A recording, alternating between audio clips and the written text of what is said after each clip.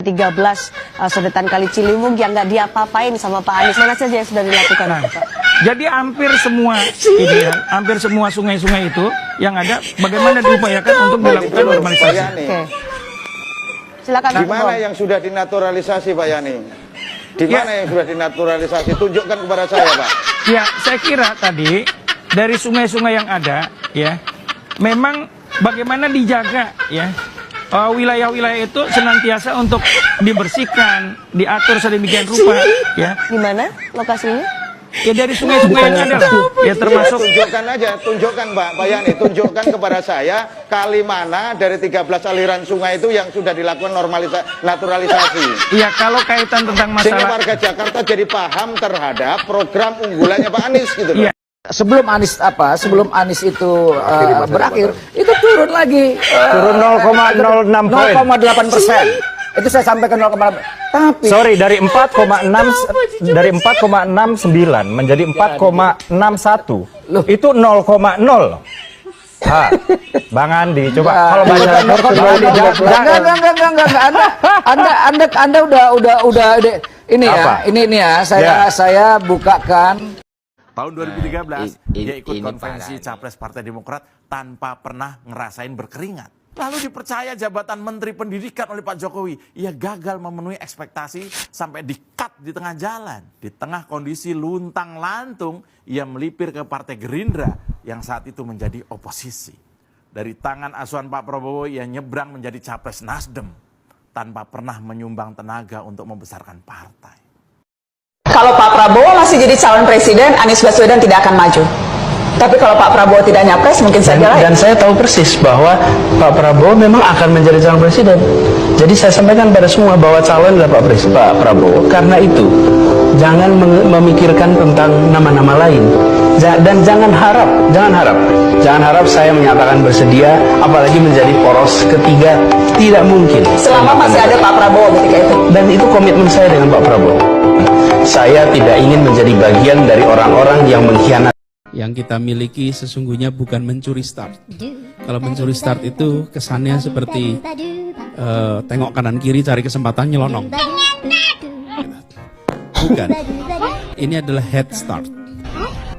Bukan mencuri start. Ini head start. Head start itu artinya apa? Head start itu artinya seperti kita sekolah aja. Kelas 5 nggak usah lewat kelas 6, langsung kelas 1 SMP.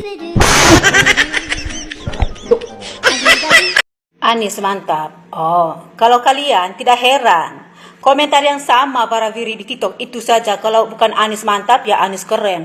Kalau bukan Anies kerennya, hanya orang-orang cerdas yang pilih Pak Anies. Maksudnya apa? Monas aja dia gundulin, nggak tahu pohon-pohon Monas itu di mana. Lalu mantapnya di mana, Pak? Begitu. Idenya hanya itu saja, menutup kali hitam pakai jaring. Lalu cerdasnya di mana? Begitu loh. Sekarang pohon Monas itu ditanam lagi. Ini. Dia yang buat repot, dia yang buat gundul, orang lain yang repot. Begitu loh. Idenya Pak Anies, ide cemerlang, kata pendukungnya. Jeleknya Pak Anies di sini begini, ketika dia diundang di luar negeri, dikasih panggung. Dia bukan ngomong kebanggaan Indonesia, tapi dia menjelekkan bangsa sendiri, bangsa Indonesia ke luar negeri. Lalu kerennya di mana? Begitu loh. Soal Palestina dengan Israel ini, dia tidak pernah kasih tanggapan sedikit pun. Takut pendukungnya hilang loh, takut suaranya hilang. Oh, Pak Ganjar gentle. Dia terima atau tidak, yang penting dia ngomong. Begitu loh. Sedangkan Pak Anies ya tidak, dia sembunyi dulu. Nanti kalau akhir dia datang kayak pahlawan kesiangan, beri tanggapan, begitu. Setiap hari saja komen yang sama, Anies mantap, Anies keren. Loh ceritanya gimana gitu loh. Dia bukannya membangun malah menghabiskan anggaran, begitu. Lalu kerennya di mana? Hanya pendukungnya Anies saja yang ngomong gitu, begitu. Bayangkan, selama 5 tahun hanya bangun satu puskesmas. Wow. Sedangkan Pak Ganjar di Jawa Tengah membangun 71 puskesmas. Itulah perbedaan Ganjar dengan Anies. Begitu loh. Lalu kerennya di mana? Mantapnya di mana? Mantapnya dilihat dari mananya. Begitu loh pemikiran kita, dilihat dari mananya. Mantap itu kalau kerjanya sesuai dengan kenyataan. Begitu. Ini hanya bikin rusak jalan kok dibilang keren. Hanya gundul Monas kok dibilang mantap. Hanya ide menutup kali hitam pakai jaring kok dibilang keren. Rata-rata kalian lucu sih, begitu. Yang penting Anies keren, walaupun tidak ada kerja nyata. Yang penting keren. Kalau main presiden-presidenan iya, pidato keliling daerah, pidato tipu-tipu. Saya hampir ketipu sama si Anies Baswedan dengar pidatonya. Katanya jalan yang dibangun SBY itu lebih panjang daripada jalan yang dibangun Bapak Jokowi. Hampir sedikit lagi saya ketipu sama si penipu. Lur. Si penipu, si jual kata-kata, jual ayat mayat, lur. Mimpi.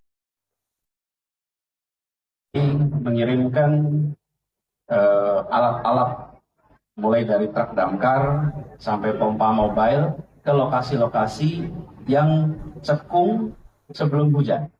Jadi kalau teman-teman lihat, mendung, alat-alat itu sudah berada di lokasi-lokasi yang terduga akan mengalami genangan sampai banjir. Mengapa?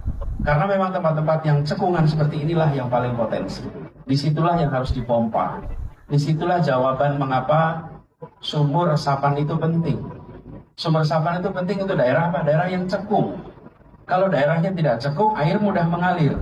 Tapi di daerah-daerah yang cekung, ketika terjadi hujan dengan volume yang amat tinggi, lalu diandalkannya pompa untuk mengalirkan ke tempat lain. Nah, kami berharap kedewasaan kita semua untuk melihat ini sebagai sebuah problem yang diselesaikan secara saintifik, bukan semata-mata secara politik. Karena itu yang dibutuhkan untuk ini adalah program sumur resapan di kawasan-kawasan yang cekung. Nah, jadi semalam tim bekerja di tempat-tempat itu, alhamdulillah sekarang RT yang masih tergenang tinggal sedikit dibandingkan dengan apa yang terjadi tadi malam. Dan Mau lagu apa? Mau lagu dangdut. Baik, kami panggil adalah Tidaklah kau sadari dia jelek begini, tetapi aku masih bekas pacarmu. Udah ambil sepedanya. Baik, sahabat sekalian, demikianlah beberapa buah video yang coba saya reaksi pada kesempatan kali ini, masih dari cerita Anies Baswedan. Video pertama dan kedua kita lihat bagaimana para pendukung Anies menjadi bulan-bulanan pada acara televisi ketika diwawancara dan ditanya oleh tim lawan terkait dengan penjelasan prestasi Anies yang mampu menekan banjir di Jakarta dengan bukan normalisasi tetapi naturalisasi sungai. Dan di situ ditanya ada 13 aliran sungai di Jakarta, kira-kira aliran sungai mana yang sudah dinaturalisasi oleh Anies? Dan itu tidak bisa dijawab. Video kedua kita menyaksikan dan melihat bersama bagaimana seorang pendukung Anies yang tidak paham atau kurang paham tentang hitungan matematis, yakni mengenai angka-angka desimal. Di situ juga ketika ditanya dan dikejar, ia tidak bisa berbuat apa-apa. Ya mungkin Pak Anies juga sering salah data, terbawa terus sampai kepada para pendukungnya. Di video ketiga, kita melihat dan menyaksikan bagaimana dijelaskan bahwa sebenarnya seorang Anies Baswedan itu adalah politikus kutu loncat awal dari Demokrat dalam perjalanan, karena Demokrat mungkin kurang memberikan sesuatu yang lebih, akhirnya dia pindah menjadi juru bicara Jokowi.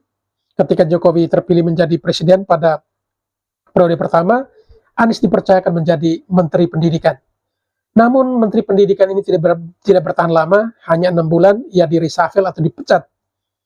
Lalu kemudian di lintang lantung tidak jelas di luar, akhirnya bergabung dengan Nasdem untuk maju di Pilgub DKI.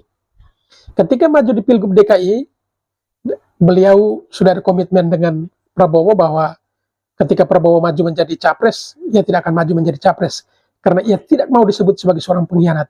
Namun nyatanya sekarang ia menjadi seorang pengkhianat, karena ketika Prabowo maju menjadi capres sekalipun, ia juga siap menjadi capres dan malah lari ke Partai Nasdem. Nah, di sini diceritakan bahwa ya tidak ada jasa apa-apa terhadap Nasdem. Dan bahkan ada video sebelumnya, kita juga melihat ya bagaimana seorang Anies Baswedan yang keluar dari Nasdem, bukan Nasdem ya, keluar dari Gerindra, kemudian pindah ke Nasdem sekarang, justru tidak ada semacam pamitan terhadap Ketua Umum Partai Gerindra, yakni Prabowo Subianto. Dan ini sempat dikeluhkan oleh para kader Gerindra, karena Anies hengkang begitu saja tanpa izin atau tanpa pamitan. Karena sebelumnya dia menjabat Gubernur DKI itu juga hasil dukungan dari Partai Gerindra juga. Dan di video-video selanjutnya kita lihat dan saksikan bersama tadi bagaimana kreativitasnya netizen Indonesia yang mendesain, mengedit ulang dengan dubbing suaranya Anies Baswedan, dipadukan dengan beberapa video yang lucu menjadi satu tontonan yang menghibur untuk kita sekalian.